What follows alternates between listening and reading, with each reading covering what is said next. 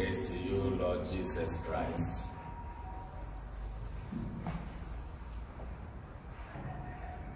Chers amis, il y a dans notre première lecture de ce jour quelques doses d'ironie.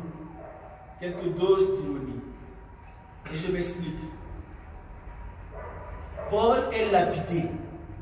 Lapidé. Et presque demi-mort. Les gens croyaient même qu'il était mort. Lapidé. Est-ce que vous vous souvenez que c'est le même Paul là, hein, Saul, qui assistait à la lapidation de qui? D'Étienne. Actes des Apôtres, chapitre 7, verset 58 là. Et on nous dit dans Actes des Apôtres, chapitre 8, verset 1, que ce jeune homme-là approuvait le meurtre d'Étienne. Donc les témoins qui lapidaient Étienne avaient laissé leurs vêtements auprès d'un jeune homme appelé Saul. Et ce jeune homme approuvait le meurtre d'Étienne. Étienne est mort lapidé. Et là, dans la première lecture, et pourtant il y a Paul et Barnabé, mais Barnabé n'est pas lapidé.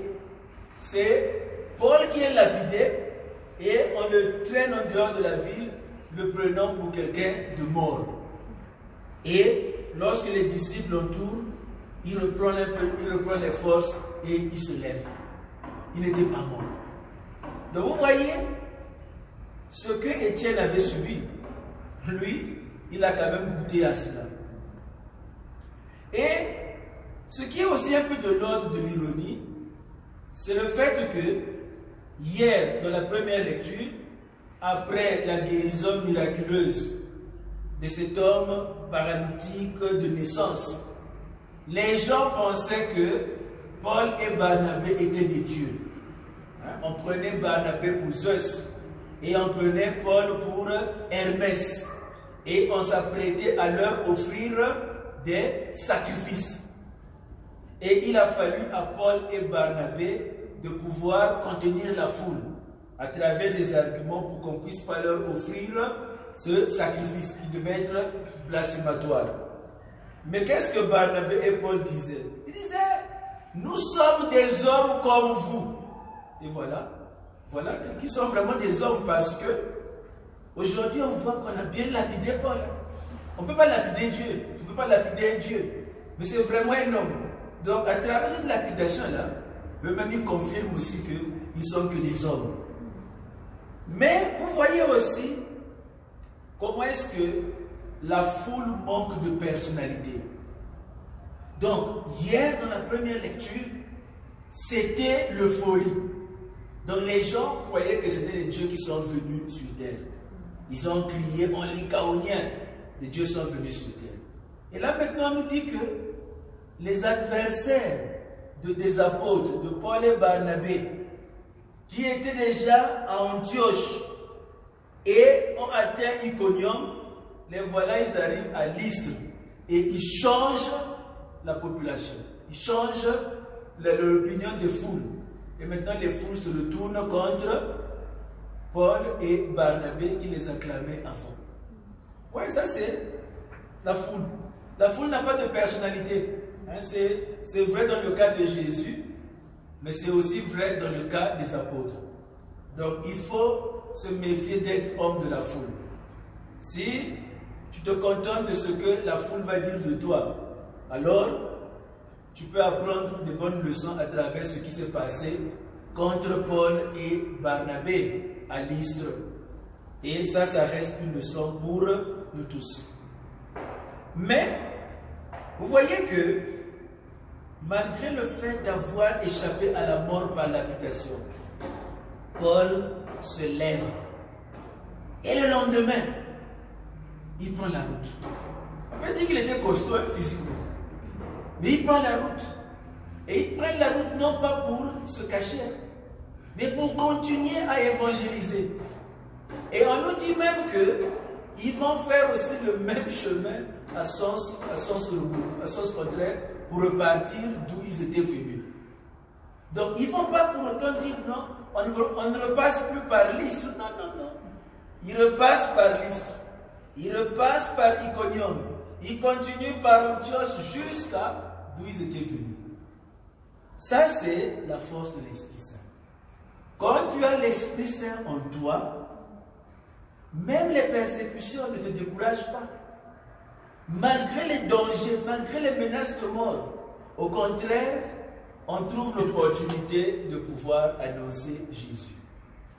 Et c'est ça qui nous confirme que le don de la paix que Jésus a donné à ses disciples, le don de la paix que Jésus nous fait, c'est vraiment un don extraordinaire, un don surnaturel. C'est un don de Dieu qui n'a rien à voir avec la paix comme on l'entend. Parce que vous voyez, Jésus dit à ses disciples, je vous laisse la paix, je vous donne ma paix. Mais qu'est-ce qu'on voit? Paul a été lapidé. Ce n'est pas la paix comme le monde l'entend. Le monde entend la paix comme si c'était la tranquillité, je n'ai pas de difficultés, je n'ai pas de problème. Mais ici, là, la paix que Jésus donne, ce n'est pas pour nous épargner les épreuves.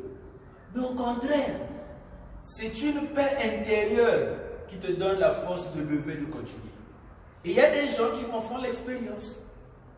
Malgré le fait que, au niveau corporel, malgré le fait que, au niveau social, les choses ne sont peut-être pas telles que je l'aurais voulu qu'elles soient.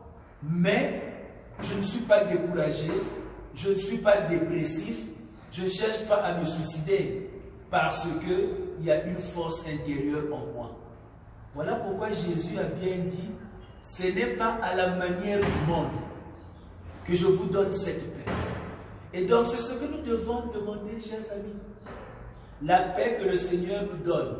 Chaque jour à la messe, disant, Seigneur Jésus-Christ, tu as dit à tes apôtres, je vous laisse la paix, je vous donne ma paix. Ne regarde pas nos péchés, mais la foi de ton Église. Pour que ta volonté s'accomplisse toujours, donne-lui toujours cette paix. Et conduis-la vers l'unité parfaite, toi qui règnes pour les siècles des siècles. Donne-lui toujours cette paix. Nous avons besoin de cette paix. Pourquoi? Parce que, regardez vous-même, il y a des gens qui font de bonnes choses dans l'Église et dans la société. Et dès que parfois tu es insulté, attaqué, à gauche et à droite, les gens se disent, c'est fini, je ne vais plus servir. Parce que les personnes sont découragées. Combien de personnes de nos paroisses ne viennent plus à la messe ou ne viennent plus pour aider l'Église? On ne fonctionne pas à cause du corona. Le corona est venu après et le corona va partir. Mais avant, il y a beaucoup de gens, moins de pépins, moins de difficultés, ils arrêtent. Mais apprenons la persévérance avec des gens comme Paul. C'est vrai qu'il était persécuteur de l'Église et que maintenant lui-même aussi, il apprend à la souffrance par rapport au nom de cette foi qu'il persécutait jadis. Mais nous voyons que sa rencontre avec Jésus l'a transformé et que sa relation avec Jésus est une relation profonde. Malgré la persécution, il ne se décourage pas, mais il continue d'annoncer le règne de Dieu. Il nous faut passer par bien des tribulations en vue d'entrer dans le royaume de Dieu. Chers amis, ça c'est pas la vérité de 2000 ans passés seulement, hein. C'est aussi pour nous aujourd'hui. Il nous faut passer par bien des épreuves pour entrer dans le royaume de Dieu. Demandons au Seigneur de nous donner sa paix afin que, malgré les difficultés, nous allons avoir la persévérance et le courage de continuer à annoncer que Jésus-Christ est Seigneur, c'est lui le sauveur de l'humanité. Il n'y a pas d'autre nom qui nous soit donné sous le soleil par lequel nous soyons sauvés.